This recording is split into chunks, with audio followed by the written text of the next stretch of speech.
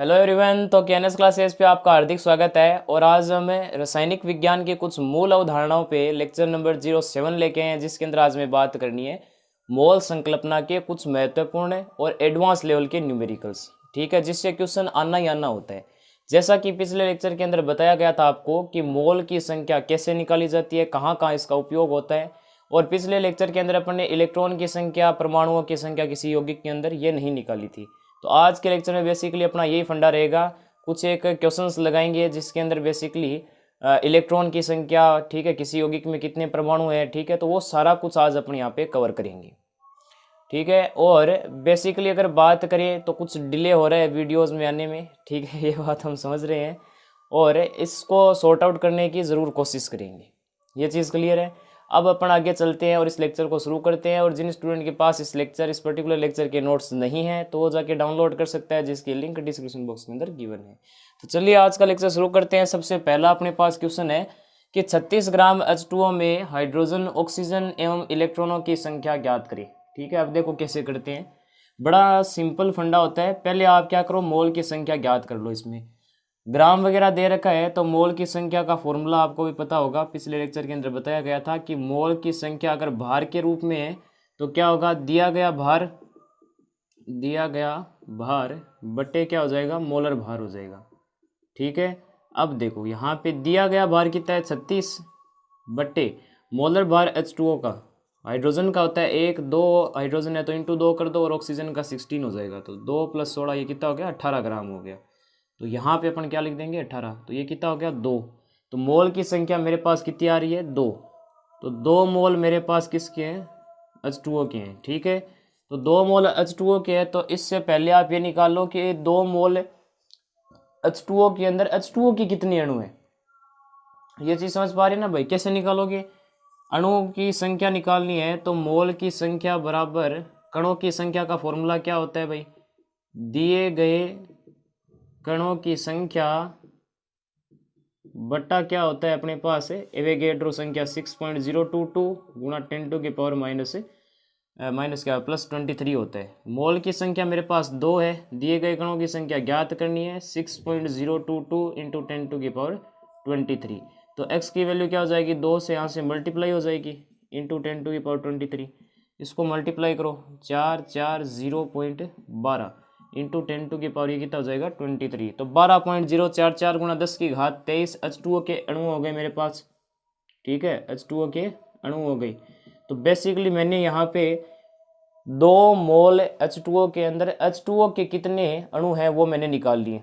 ये चीज़ क्लियर है। अगर मैं 2 मोल H2O लूँगा तो उसके अंदर कितने कण होंगे H2O के, 12.044 गुणा 10⁻23 H2O के अणु होंगे। ये चीज़ क्लियर है। इसके बाद अगर मैं बात करूं तो बेसिकली मैं निकालता हूं पहले हाइड्रोजन। आपको भी पता होगा कि H2O के अंदर हाइड्रोजन कितने होते हैं, 2, और ऑक्सीजन कितने होता है, 1 होता है।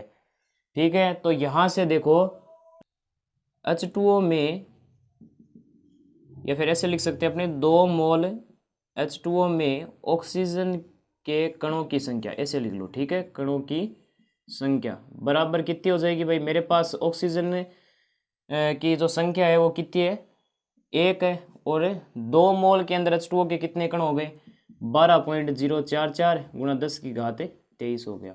ठीक है, ये चीज़ समझ पा रहे हो क्या कि भाई 1 मोल H2O के में ऑक्सीजन के कणों की संख्या कितनी होती। देखो H2O के अंदर 1 ऑक्सीजन है।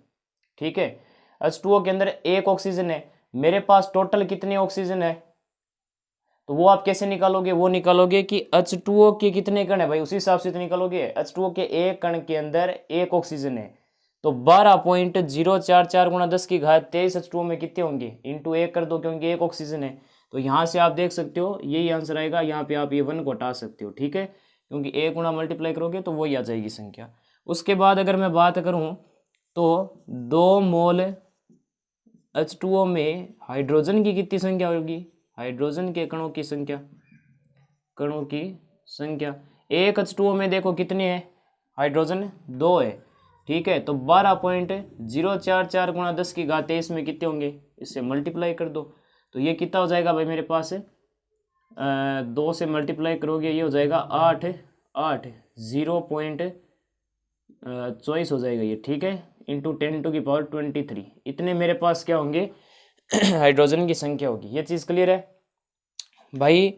अगर मेरे पास H2O का एक अणु है तो हाइड्रोजन की संख्या कितनी होगी उसके अंदर, H2O के अंदर 2 हाइड्रोजन 1 ऑक्सीजन होगी। ठीक है, ये एक अणु की बात हो गई। ठीक है, मेरे पास टोटल कितने अणु हैं, मेरे पास है 12.044 गुणा 10 की घात 23 H2O के अणु है। ठीक है, H2O में ऑक्सीजन की कणों की संख्या ज्ञात करनी है। एक H2O में एक ऑक्सीजन है तो 12.044 गुणा 10 की घात 23 H2O में कितने होंगे, इसे मल्टीप्लाई कर दो 1 से, और यहाँ पे हाइड्रोजन की निकालनी है तो 2 से मल्टीप्लाई कर दो। ठीक है, इलेक्ट्रॉन की संख्या को देखो कैसे निकालेंगे। इलेक्ट्रॉन की संख्या निकालना एकदम आसान काम हो जाएगा। अब अगर ये कंसेप्ट समझ में आ गया ना, यहाँ पे देखो H2O के अंदर बात करें तो एक हाइड्रोजन के अंदर एक इलेक्ट्रॉन होता है और ऑक्सीजन के अंदर 8 इलेक्ट्रॉन होते हैं, क्योंकि ऑक्सीजन 8 नंबर पे आता है ना भाई। विलगित अगर परमाणु है तो उसके अंदर प्रोटॉन की संख्या और इलेक्ट्रॉन की संख्या बराबर होती है। ठीक है, तो ये 8 इलेक्ट्रॉन हो गया, ये 1 इलेक्ट्रॉन हो गया। देखो H2O में बात करें हाइड्रोजन 2 है, एक हाइड्रोजन के अंदर 1 इलेक्ट्रॉन है तो 2 में गुणा 2 कर दो, प्लस ऑक्सीजन 1 है तो 8 इलेक्ट्रॉन, तो टोटल मेरे पास 10 इलेक्ट्रॉन हो गए यहाँ पे। ठीक है, अब इलेक्ट्रॉन की संख्या निकाल सकते हो ना भाई, इलेक्ट्रॉन की संख्या, और कितने मोल में निकालोगे, 2 मोल में। ठीक है, देखो एक H2O के अंदर 10 इलेक्ट्रॉन है तो 12.044 गुणा 10 की घात 23 H2O में कितने अणु होंगे, कितने इलेक्ट्रॉन होंगे, कितने होंगे, मल्टीप्लाई कर दो तो ये कितना हो जाएगा 10 गुणा 12.044 गुणा 10 की घात कितनी हो जाएगी 23। ठीक है, हाँ ठीक है, और फिर यहाँ पे देखो आप मल्टीप्लाई कर दो, ये देखो 10 ये 10 की घात 23 तो 10 की घात 24 हो जाएगी क्या, इंटू 10 की घात 24 इलेक्ट्रॉन। तो ये मेरे पास टोटल यहाँ पे कितने हो गए, इलेक्ट्रॉन हो गए। अगर मैं 2 मोल H2O लूँगा तो उसके अंदर इलेक्ट्रॉन मेरे पास इतने होंगे, काफ़ी ज़्यादा इलेक्ट्रॉन है देखो है। तो ये मैंने पूरा टोटल आपको बता दिया। 1-2 क्वेश्चन और करते हैं, ज़्यादा क्लियरिटी होगी। इस बार मैं प्रोटॉन को भी साथ में इंक्लूड करने की कोशिश करता हूँ। तो पहले आप ये इतना नोट कीजिए, फिर अपना आगे चलते हैं नेक्स्ट क्वेश्चन पे, तो कर लीजिए।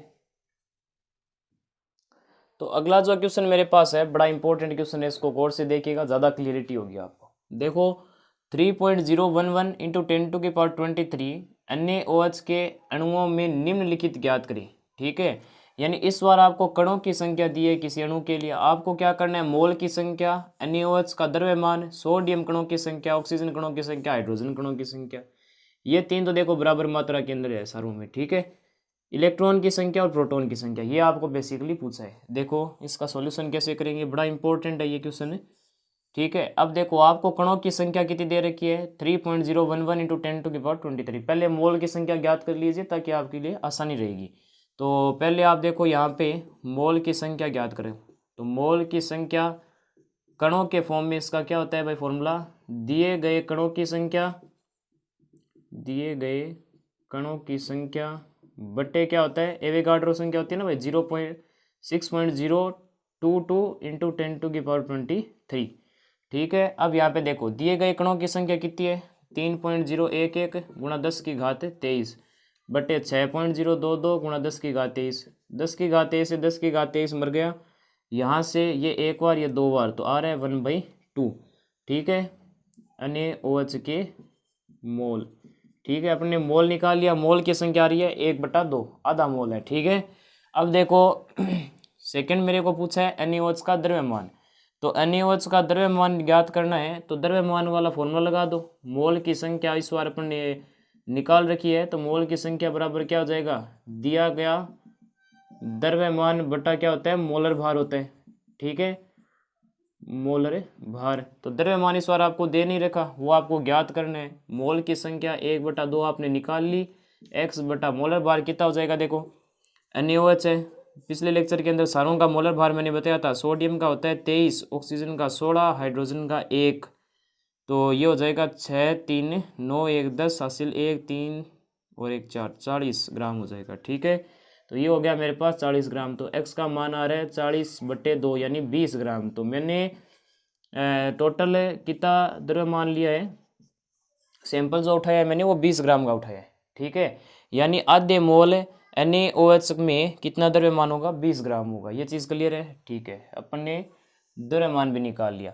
अगले में सोडियम कणों की संख्या, ऑक्सीजन और हाइड्रोजन। मैं बात करूं तो NaOH के अंदर सोडियम मेरे पास 1 है, ठीक है, ऑक्सीजन भी 1 है और हाइड्रोजन भी 1 है। इसका मतलब दूसरा नहीं सॉरी तीसरा, चौथा और पांचवा अपने पास ये जो क्वेश्चन है, ठीक है, उसका आंसर सेम ही रहने वाला है, क्योंकि यहाँ पे अन्य यानी सोडियम भी एक है, ऑक्सीजन भी एक है और हाइड्रोजन भी एक है, यानी कणों की संख्या सारों के लिए बराबर रहने वाली है। ठीक है, इसके बाद अगर बात करें तो एक सोडियम हाइड्रोक्साइड में एक तो मेरे पास सोडियम है, ठीक है, तो मेरे पास टोटल कितने कण है, 3.011 गुणा 10⁻23। भाई एक NaOH के अंदर सोडियम एक, तो 3.011 गुणा 10⁻23 सोडियम में कितना होगा, मल्टीप्लाई कर दो वो उतना ही हो जाएगा, 3.011 गुणा 10⁻23 सोडियम के कण। ठीक है, और यही आंसर किसके लिए आ जाएगा, ऑक्सीजन के लिए, ऑक्सीजन के कण। और यही आंसर किसके लिए आ जाएगा, हाइड्रोजन के लिए। ठीक है, तो हाइड्रोजन के भी कण। भाई एकदम सिंपल सी चीज़ है इसके अंदर। NaOH के अंदर एक ही सोडियम, एक ही ऑक्सीजन, एक ही हाइड्रोजन, एक सोडियम हाइड्रोक्साइड का अणु लेने पे, तो इतने जब अणु होंगे 3.011 गुणा 10⁻23 से, तो मल्टीप्लाई तो करोगे और क्या करोगे, आप छोटी क्लास से सीखते आ रहे हो। ठीक है, इलेक्ट्रॉन प्रोटॉन की संख्या भी बराबर ही रहेगी, क्योंकि विलगित परमाणु के लिए क्या होगा भाई, सोडियम हाइड्रोक्साइड ले। ठीक है, प्रोटॉन की संख्या देखनी है, तो प्रोटॉन की संख्या कैसे निकालते हैं कि कौन कितने नंबर पे आता है, जो परमाणु क्रमांक होता है वही कितना होता है, उसके अंदर प्रोटॉन पाए जाते हैं। ठीक है, जैसे हाइड्रोजन 1 नंबर पे आता है, हाइड्रोजन हीलियम लिथियम, तो हाइड्रोजन 1 नंबर पे आता है, परमाणु क्रमांक उसका 1 है, तो प्रोटॉन भी उसके अंदर 1 ही होगा। उसी प्रकार से सोडियम 11 पे आता है, तो 11 + 8 + 1।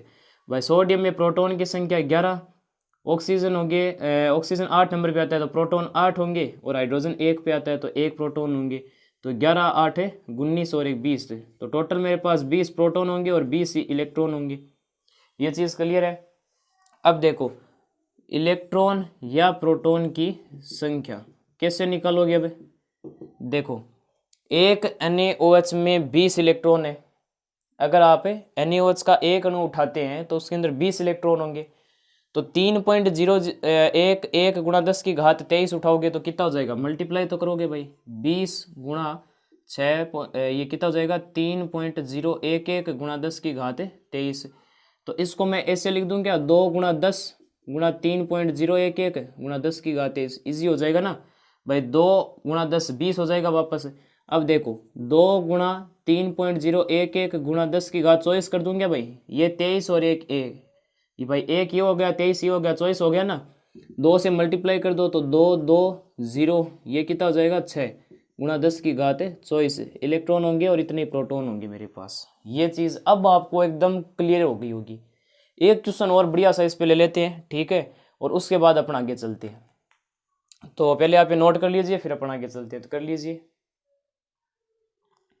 तो अब अपने एक न्यूमेरिकल और कर लेते हैं, ठीक है, उसके बाद इस लेक्चर को रिप अप करेंगे। अब देखो यहाँ पे अपने पास बेसिकली बड़ा ही इंपॉर्टेंट क्वेश्चन है, जिसके अंदर मोल संकल्पना से रिलेटेड सारे कंसेप्ट आपके क्लियर हो जाएंगे। देखो क्या है, CO2 के 0.05 मोल में निम्न ज्ञात करें, ग्राम में भार, कणों की संख्या, ऑक्सीजन की संख्या, कार्बन की संख्या, इलेक्ट्रॉन की संख्या, प्रोटॉन की संख्या, न्यूट्रॉन की संख्या और एंटीपेपर आयतन। देखो बेसिकली सबसे पहला अपने सॉल्व करते हैं, ग्राम में भार पूछा है तो ग्राम वाला फॉर्मूला लगा दो, मोल की संख्या आपको दी हुई है, मोल की संख्या बराबर दिया गया भार बटे क्या हो जाएगा, मोलर भार हो जाएगा। मोल की संख्या दी हुई है 0.05 इक्वल टू दिया गया भार कितना है मेरे पास नहीं है, वो तो मेरे को ज्ञात करना है। मोलर भार कितना हो जाएगा CO2 का, देखो कार्बन का होता है 12, ऑक्सीजन का होता है 16 और 2 है तो कितना हो जाएगा इंटू 2, तो 12 प्लस कितना हो जाएगा ये 32, तो ये मेरे पास हो गया 44 ग्राम। ठीक है, तो बट्टे 44, तो x का मान कितना जाएगा 44 गुणा 0.05 हो जाएगा, तो 44 इंटू ये पॉइंट हटाओ तो 5 अपॉन कितना हो जाएगा 100 हो जाएगा, ये है ना, ये हो जाएगा मेरे पास 20, ये हो जाएगा 10, ये हो जाएगा 22। ठीक है, तो इसको आगे और तो कैंसिल क्या करोगे अब, इसको आप एक काम करो 2.2 लिख लो, ठीक है, 2.2 ग्राम हो जाएगा ये, क्योंकि बट्टे 10 रह गए ना अपने पास, तो बेसिकली ये अपने पास 2.2 ग्राम हो गया। ये चीज़ क्लियर ना भाई, अपॉन में 10 है तो मैं यहाँ पे इसको छोड़ रहा हूँ ताकि आगे कैलकुलेशन थोड़ी इजी हो जाए। तो मोल की संख्या यही है मेरे पास, सॉरी मोल की संख्या तो आपको दी हुई थी, ग्राम आया 2.2 ग्राम।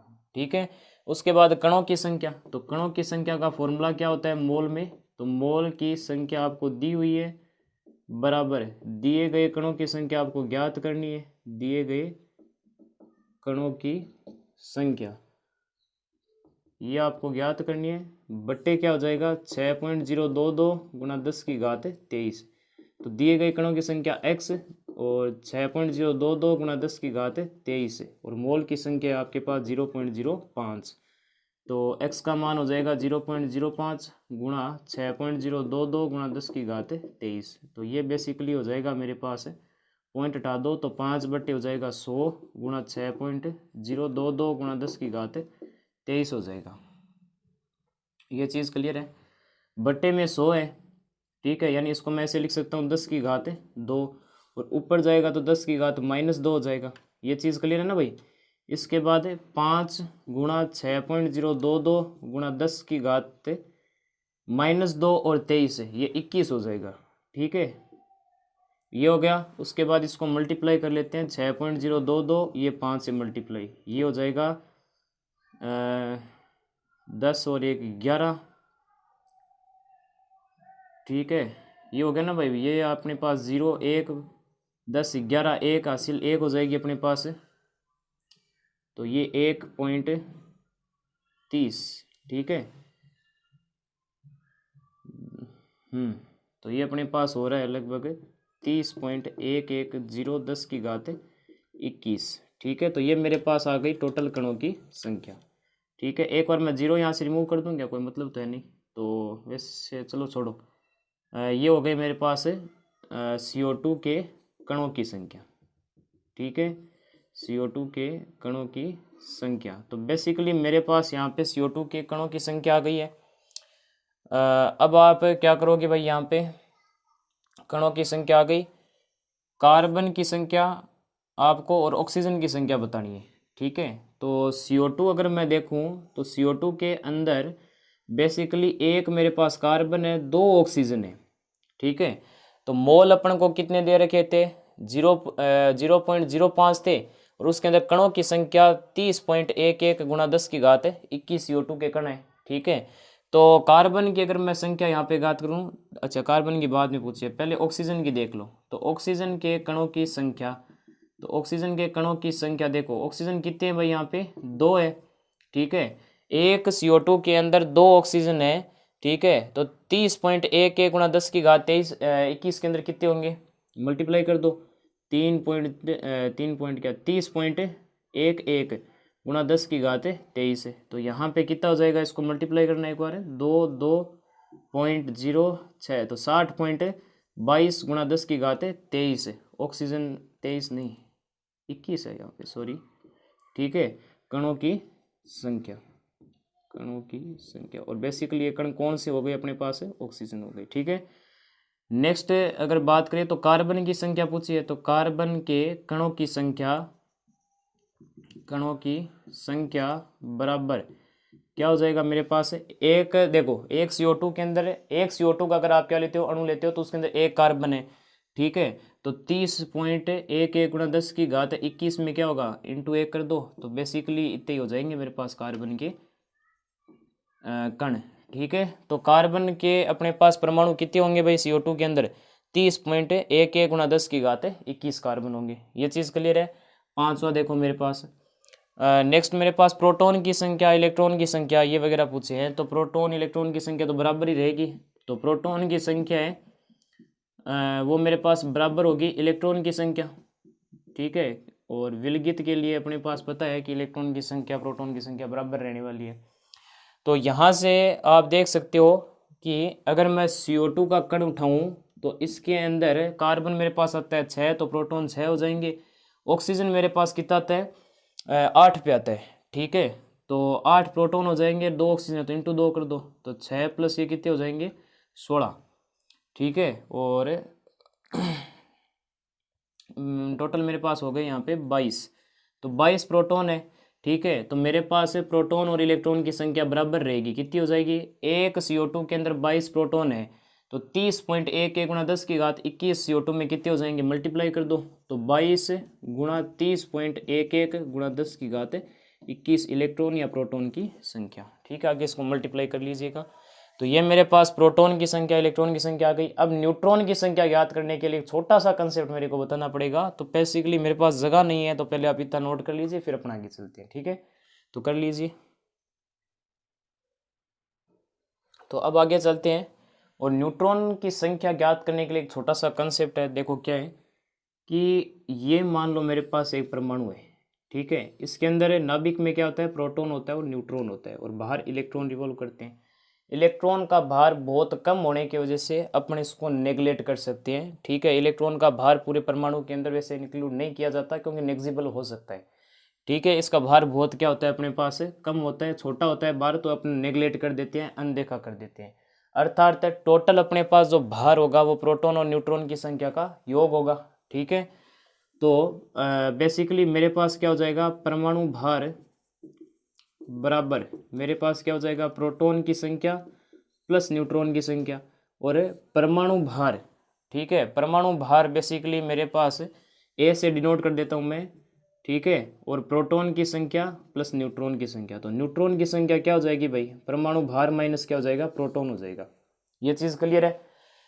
मैंने कहा टोटल परमाणु का भार प्रोटॉन प्लस न्यूट्रॉन। आपने भी सुना होगा कि परमाणु का कुल भार नाभिक के अंदर होता है। ठीक है, तो नाभिक के अंदर प्रोटॉन न्यूट्रॉन ही तो होते हैं, तो प्रोटॉन और न्यूट्रॉन का योग बराबर अपने पास परमाणु का भार हो जाएगा। ठीक है, अब देखो परमाणु भार अपन को पता होता है। ठीक है, प्रोटॉन की संख्या अपन इजीली पता होता है कि भाई कौन कितनी संख्या पे आ रहा है, तो वो उसका प्रोटॉन की संख्या हो जाएगी। अगर CO2 के अंदर मैं टोटल न्यूट्रॉन देखूं तो कितने हो जाएंगे, देखो कार्बन के लिए, कार्बन के अंदर न्यूट्रॉन कितने हो जाएंगे, कार्बन का भार कितना होता है, 12 ग्राम होता है। ठीक है, और इसके अंदर कितने होते हैं, मेरे पास 6 प्रोटॉन होते हैं। तो न्यूट्रॉन की संख्या क्या हो जाएगी, भार माइनस प्रोटॉन, तो कितने हो गए 6। तो न्यूट्रॉन की संख्या कार्बन के लिए कितनी हो गई, 6 न्यूट्रॉन। ठीक है, ऑक्सीजन की बात करें तो ऑक्सीजन का क्या होता है, 16 ग्राम भार होता है, माइनस आता कितने पे, ये 8 पे, तो मेरे पास 8 न्यूट्रॉन यहाँ हो गए। तो ऑक्सीजन के न्यूट्रॉन है 8 न्यूट्रॉन हो गए। ठीक है, तो अब मैं इजीली कैलकुलेट कर सकता हूँ सातवां, देखो न्यूट्रॉन की संख्या। तो न्यूट्रॉन की संख्या के लिए देखो आप क्या करोगे, CO2 ले रहे हो, कार्बन में न्यूट्रॉन कितने हो गए 6, प्लस ऑक्सीजन में 8, गुणा 2 कर दो, तो 6 प्लस कितना हो जाएगा 16। ठीक है, तो ये टोटल कितना हो गया, 22 न्यूट्रॉन हो गए। ठीक है, अब न्यूट्रॉन की संख्या आप इजीली कैलकुलेट कर सकते हो। तो न्यूट्रॉनों की संख्या क्या हो जाएगी, न्यूट्रॉनों की संख्या बराबर क्या होगा भाई, मेरे पास एक, अगर मैं क्या लेता हूँ CO2 लेता हूँ, तो उसके अंदर न्यूट्रॉन कितना होता है, 22 होते हैं। ठीक है, अब यहाँ पे देखो मेरे पास कितने कण है, 30.11 गुणा 10 की घात 21 है, तो 22 से गुणा कर दो, 30.11 गुणा 10 की घात 21 है। ठीक है, तो ये मेरे पास टोटल न्यूट्रॉन हो जाएंगे, जो इलेक्ट्रॉन प्रोटॉन की संख्या के बराबर होगा। नेक्स्ट अगर अपने 8वां बात करें तो NTP पर आयतन पूछा है, तो आयतन का जो फॉर्मूला है NTP पर, तो NTP पर अपने पास है मोल की संख्या का फॉर्मूला क्या होता है भाई, मोल की संख्या बराबर दिया गया आयतन बटे क्या हो जाएगा 22.4 लीटर। ठीक है, तो दिया गया आयतन अपन को पता नहीं है, मोल की संख्या कितनी है 0.05 गुणा बराबर कितना हो जाएगा, दिया गया आयतन अपन को ज्ञात करना है और 22.4, तो x का मान आ जाएगा 0.05 गुणा 22.4। इसको जो भी आंसर आएगा वो लीटर में आएगा। ठीक है, तो ये आप कैलकुलेट कर लीजिएगा। तो ये मेरे पास यहाँ पे मोल संकल्पना यहाँ पे पूरी खत्म होती है। ठीक है, तो बेसिकली अपन ने मोल संकल्पना के अंदर मोल कैसे निकालते हैं, इलेक्ट्रॉन प्रोटॉन न्यूट्रॉन की संख्या, कणों की संख्या कैसे निकालते हैं, अणु के अंदर परमाणुओं की संख्या कैसे निकालते हैं, ये सारा कुछ अपन ने सीख लिया है। ठीक है, तो पहले आप इतना नोट कर लीजिए, फिर अपन आगे चलते हैं। ठीक है, तो कर लीजिए। तो नोट कर लिया, आज का लेक्चर यहीं समाप्त करते हैं और नेक्स्ट लेक्चर जल्दी लेके आएंगे। इस बार डिले कम हो, ठीक है, कम नहीं कम से कम हो, ये अपन कोशिश करेंगे। ठीक है, और लेक्चर्स है वो जल्दी डालने की कोशिश करेंगे। ज़्यादा जल्दबाजी नहीं कर सकते हैं क्योंकि नोट्स वगैरह बनाने में और फिर पूरा लेक्चर है वो एकदम सही ढंग से हर एक क्वेश्चन को लेना और हर कंसेप्ट को एकदम इन डेप्थ में समझाना होता है। ठीक है, तो ज़्यादा अपन जल्दबाजी नहीं करेंगे। ठीक है, जितना मेरे से हो सकता है मैं यहाँ पे लेक्चर डालने की कोशिश ज़रूर करूँगा। ठीक है, तो नेक्स्ट लेक्चर जल्दी आएगा, तो तब तक के लिए पढ़ाई करते रहे। जय राजस्थान।